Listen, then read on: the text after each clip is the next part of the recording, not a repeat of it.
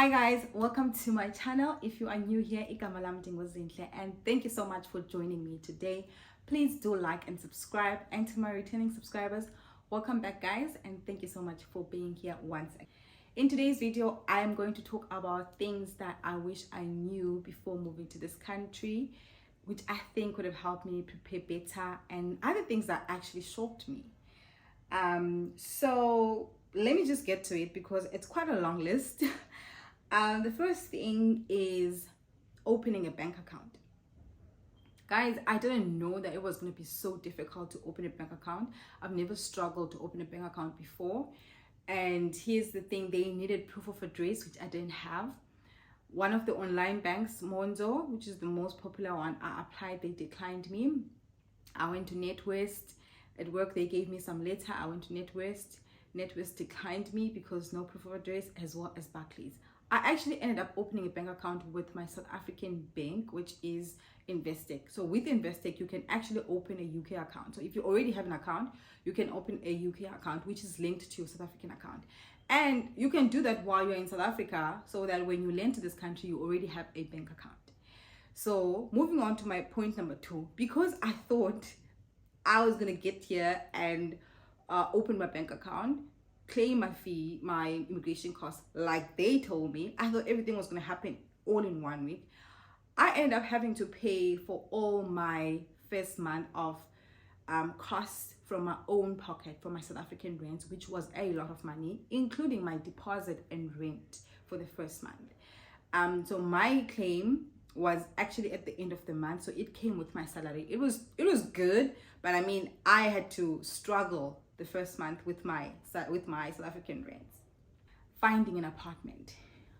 Guys, I did a lot of research before I moved to UK. I did a lot of research, but nowhere did I see people say that it is hard to find an apartment. Like, when it's challenging, it's a lot, Vandas. It's like you will go and view places and you're like, yo, what is this?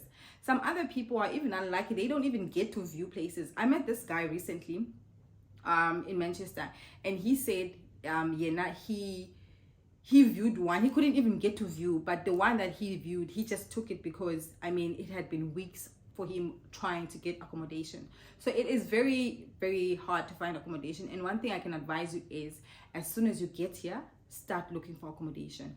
Ask people for areas where you can look if you don't know yet where to stay. But do it like the first week when you get here. The next thing on my list is work expectations. So I moved to UK to be a senior associate in audit, and a senior associate in audit is sort of like an assistant manager role. It is actually an assistant manager role, and in my understanding, I thought it was going to be more of a managerial role, meaning I am reviewing less risky areas, I am coaching, I'm managing the team, and all those things, which is what I've seen in South Africa. But here you do the work, guys. Like you do the audit work, you vouch. The vouching part was just not for me, because in my 3rd year of articles, I used to give my vouching to the first years and focus on the more technical risky areas. Now I have to do my own vouching. If I knew that, I would have brought my vouching hat and just wear it and do the vouching.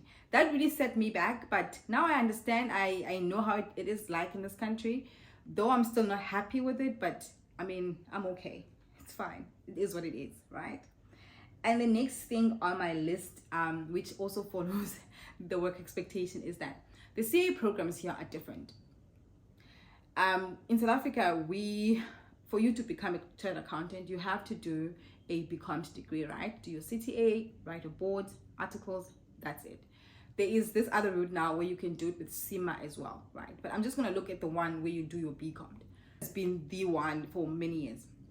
In this country, where you can do, I don't know, any degree, a degree in engineering, geology, or anything, and you can come and train to become a CA. Some people have PhDs, guys, PhDs, and I'm like, what are you doing in this field?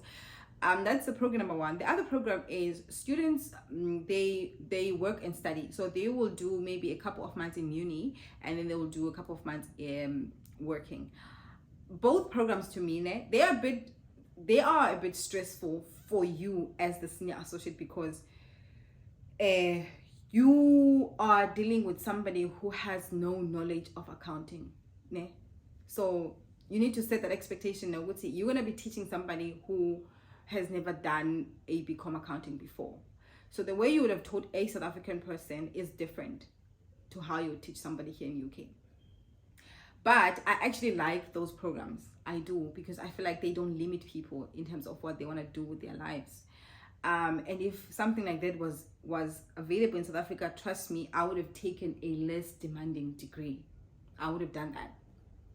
But anyway, I both like them. I now tutor here in UK, and I now understand how these programs work and how they are actually introduced to work, which is quite good actually.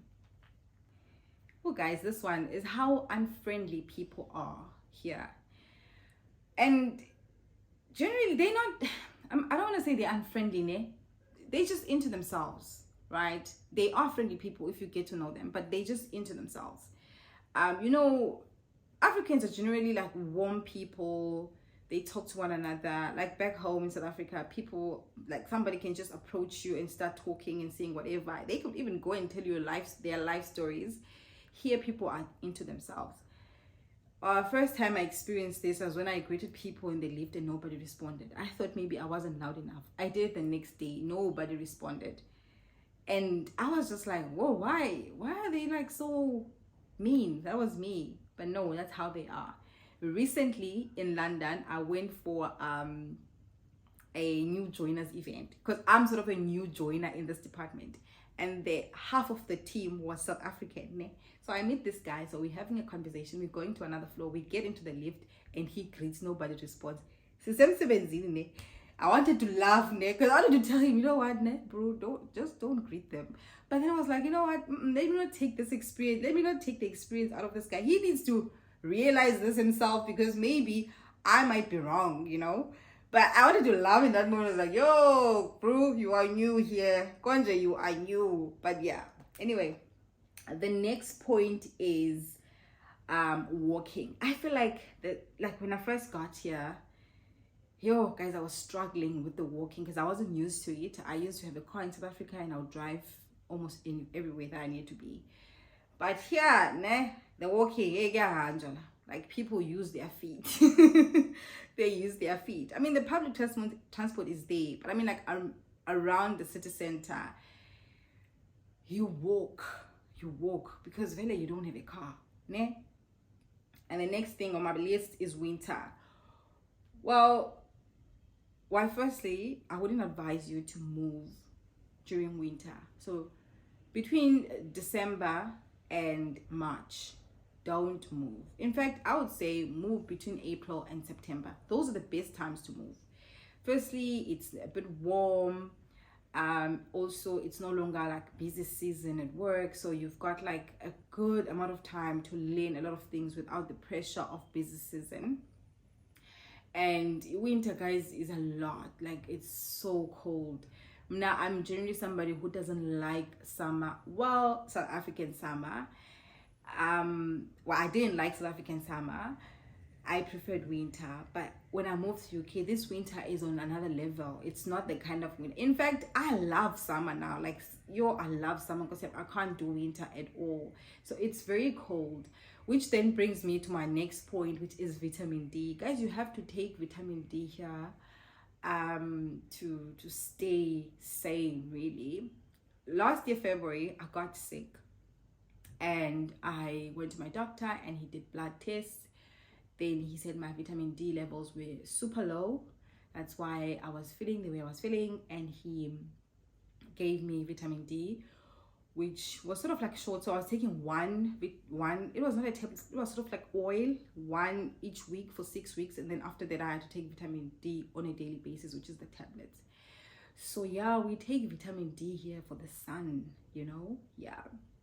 And then the next point is, yo guys, while we're on the vitamin D thing and winter, now I also take vitamin B12 for energy, because my energy just goes low in winter.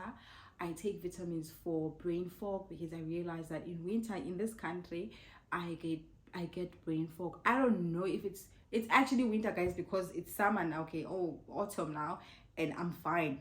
I'm not taking those. I stopped taking those vitamins around about April, and I've been okay. So I associate it with winter. So take vitamins, guys, is that are gonna help you. In fact, I was telling my sister that how I wish there could be a vitamin to lift up my mood in winter, because hey, I become so sad in winter. Like December is fine, then January it just gets too much, and then there's still February, then I'm fed up, then there's March, I'm like, damn, can we just move on? And now, guys, I know that winter here is said to be from November or from December, I'm not sure. Now, last year October it was cold. From October to May it was cold for me, guys. It was cold. And this year's summer wasn't great either. This is the first time, actually it's in September now, first time we had like proper sun. The only sun I got really was from other countries that I went to. Like I was in France, I was in Portugal, I was in Brussels and Netherlands. That's the only time I got like proper summer. Not here in UK. This year it has been terrible. So yeah, brace yourself for that. The next thing, which is quite important to me, is the healthcare system.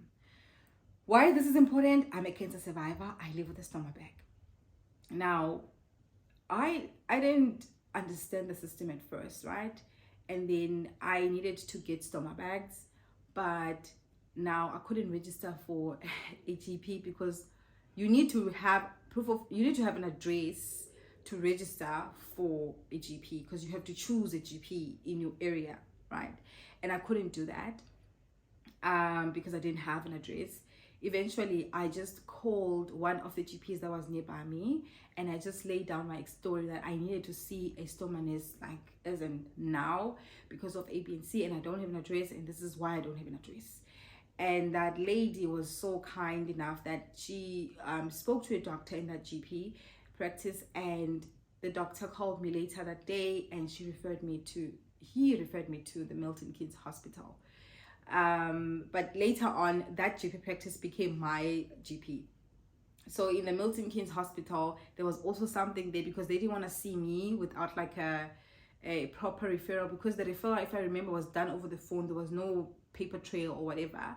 But eventually they did see me the next day, because like I was in a terrible condition, guys. I didn't have bags anymore. It was towards the end of that month of January. But yeah, they did see me. They gave me bags, and they were very nice people. They gave me bags, and yeah, I was happy. But figuring that out can be, yeah, quite challenging. Also, I've had stories from people like how they struggle with the NHS in general. Now, guys, ever since I got registered with the hospital and so forth, I haven't struggled. Like on the cancer side of things, I feel like I'm well taken care of. Also, like my prescription is free because of cancer, which is great. Like when I go pick up my prescription, I'm just like, cancer, they gave it to me, great. Well, I don't say cancer actually. Like there's an option that you have to choose. But some people struggle, and I do get them, because now there is an element of struggling. When I want to see a GP, right, maybe for like flu and stuff, it's so hard, guys. At some point you just give up, and you know what, I'm just gonna self-medicate. It's just hard to get an appointment, and when you do, you might just get like the telephonic appointment instead of actually seeing the doctor. So I also do the online doctors, because at work we can actually use the online doctors. That one is funny for me, guys, and they have never helped me really, because then I'll tell them all my symptoms, and then they will tell me that I need to go to the GP. Like they can't help me. But yeah, also another thing with the NHS is the dentist. Now, guys, I haven't been able to see a dentist here in this country, and I know it's been 20 months of being here, and that's terrible, and I've given up. I've told myself that I'm gonna do it at home. So when I go home in November, I am going to just go see a dentist. And going forward, because I'm going to be going home every year, I'm going to just see a dentist in South Africa, really. I'm just not going to bother myself with that. My other friend, he told me that, you know, he had a toothache, and he wanted to take the tooth out. So he was waiting for the doctor's appointment. I don't know, he was waiting for something, but eventually he decided to just go privately, and he paid £250 to take out Izzy. It's time I ensure that I take care of my teeth, because I'm not gonna pay £250 to take out one tooth. Alright, guys. But yeah, that's what it is. Another thing that I'm gonna advise you to do is, if you have any medical problems like me, or I would advise you to bring a letter that lists down all the things that the doctors have done in South Africa or in your country. Now, I called before I moved and I asked them what kind of medical history they want me to bring, and they were like, no, you don't have to bring anything, we're gonna do our tests anyway. I was like, cool. Then when I got to this country, they asked me like, where's your medical history? I don't have it. So my file was basically at first made up of things that I was telling them, and now I'm not a doctor, so I was just saying whatever I could remember. And because of that, I ended up having to do a lot of tests, which if I had brought my letter with me, I wouldn't have. And I tried to get a letter from South African doctors. I couldn't get it, guys. I gave up. Calling, I gave up. So do bring your letter.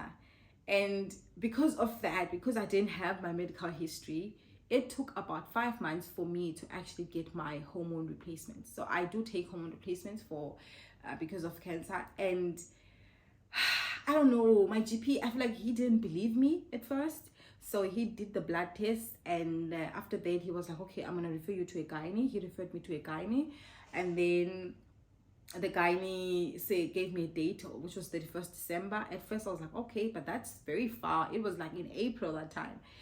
December is just quite far. First month I was like, okay, let's just wait. Second month I was just, no, this can't be right. So I went back to my GP, and he sent another letter to the gynae to say this was urgent.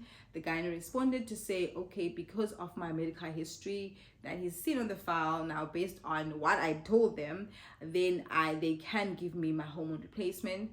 Otherwise I can have my gynecological exam 31st December, right? So then I think it was around June, July when I finally got my first prescription of hormone replacement, which was great. But if I had my letter, I wouldn't have waited for that long. So the next thing on my list is seasonal depression. Because of winter, like I've mentioned this, like because of winter, guys, we do get seasonal depression. And I think I'll just emphasize, it's important to take those vitamins. It helps. I do believe it helps. Last year I wasn't taking them. This year I did, and I felt better. I felt a lot better. I was still sad sometimes, but it was better on other days. So that's very important, but brace yourself for that. The last point here is making friends. Oh, guys, now I've never struggled like making friends in general, but here in this country I've struggled till to date. I haven't made like a single proper friend that I would call if things go south. I do meetups. I join groups here in UK of other expats, but still I haven't like found somebody or found people that are my people, which is quite sad sometimes, because there are days where I feel like I don't want to be here because of that, because I hate being alone. There are days where I'm happy. So whenever there's something happening, like someone organizes something, I show up, because probably I'm not going to see people for the next 2-3 weeks. Also, maybe I also think sometimes that maybe I am the problem, because now, guys, I don't have money to go out all the time. Like every weekend I am going out for dinner, or I'm going out for an event. I just don't have that money. I kind of like the kind of friendships that I'm looking for are like sisterly friendships, like where you can come over to my house, we can cook in my house, we can watch TV in my house, we can just chill in my apartment, which is something that I used to do when I was in South Africa, right? I think I'm looking for that kind of friendship. I mean, we can still go out for dinners and stuff and events, shop, but I don't want friendships that are just based on exploring the country, because I don't have money to do that. And what I've found is I cancel most of the time. I cancel most of these things because anginayo imali, and my entertainment budget is just limited. So yeah, that's one of the problems. But I do meetups, right? And the reason I prefer meetups is because in meetups, still we go to restaurants and stuff, but we go for drinks really. And I buy one drink and then I'm done for the night, because generally I don't generally I don't drink much anyway, so buying one drink or two drinks is enough for me, and that's just once a month, and that's okay. So that's why maybe I haven't made friends, because I cancel most of the things, and then at some point people don't invite me because Uzintle is the one that's always canceling. Angna yumali, guys, I don't have money. Yeah, that's the thing. Cool. Now, moving on to the great stuff. The first good thing that I appreciate about the UK, guys, is the fact that I get free stoma bags. I mean, in South Africa, it was still free, but I get 30 bags, yeah, a bag for each day. In South Africa, I used to get 10, and it was a struggle, which is why I always had skin infections or irritations, because firstly, I wasn't getting the right bags, and secondly, they were just 10, and my stoma is very active, it's very active. So yeah, it was just terrible when I was there. Two, guys, the way disabilities here, like all disabilities, are respected, like it gives me joy. It does give me joy. And people don't stay here, like people don't ask me funny questions like, what is the guys, things that I'm sorry, I'm gonna just say South Africans that would ask. I understand that you don't know, but like sometimes, just move on with your life. Don't ask. I like how people here mind their own business. I do. And another thing is how at work, how they prioritize work-life balance, how they prioritize mental health. There are a lot of things that I suffer from, and they mostly relate to cancer, right? And I had these things in South Africa too. But one thing I noticed is that the day I spoke up here in this country, the day I told them that, hey, listen, like I understand my role and I want to do it to the best of my abilities, but certain things causes anxiety in my life. Certain things just zindenza depressed, and there are other things that are just personal, that are not work related, that actually makes my life a little bit difficult. And I explained this to them. They gave me the psychologist, of which is something that I know in South African companies do offer. And I spoke to a psychologist, and they also like referred me to an occupational therapist, which is something I was never offered in South Africa. And I worked with an occupational therapist for a period of 6 months, I think from last year December until this year May. And because of all of that, guys, my work life improved significantly. That's why I keep saying that I like the firm that I work for, because it gives me way more than just paying, guys. It makes my life easier. Like, I don't want to work for a place where I have anxiety issues because of work. The next thing, which is the affordability of healthy food. Like I love healthy. I'm a gym freak, so I like eating well and all that, and I find that it's very easy for me to do that here. It's affordable. Whereas in South Africa, I couldn't really do it like throughout the month, because at some point like I would run out of money. Whereas here I've been able to do that since I arrived, which is great. The next thing, guys, is gyms that are 24 hours. Like, I feel like South Africa, they need to try this. They need to. I mean, it's great that you can go to the gym any time of the day. So yeah, I love that. And then the next thing is safety. Like, I feel like it's safe in this country. There's definitely crime in certain areas, but I've never felt unsafe like any time of the day, such that I I remind myself sometimes, but I don't trust too much, because now I'm in a very trusting stage. You guys, I trust a lot now. I leave my door open, my balcony door open, and I'm on the second floor. So really, in South Africa, I know for a fact that I wouldn't do this. Like, I would never leave my door open and go out the whole day. But also, even here, I know that I need to stop being trusty.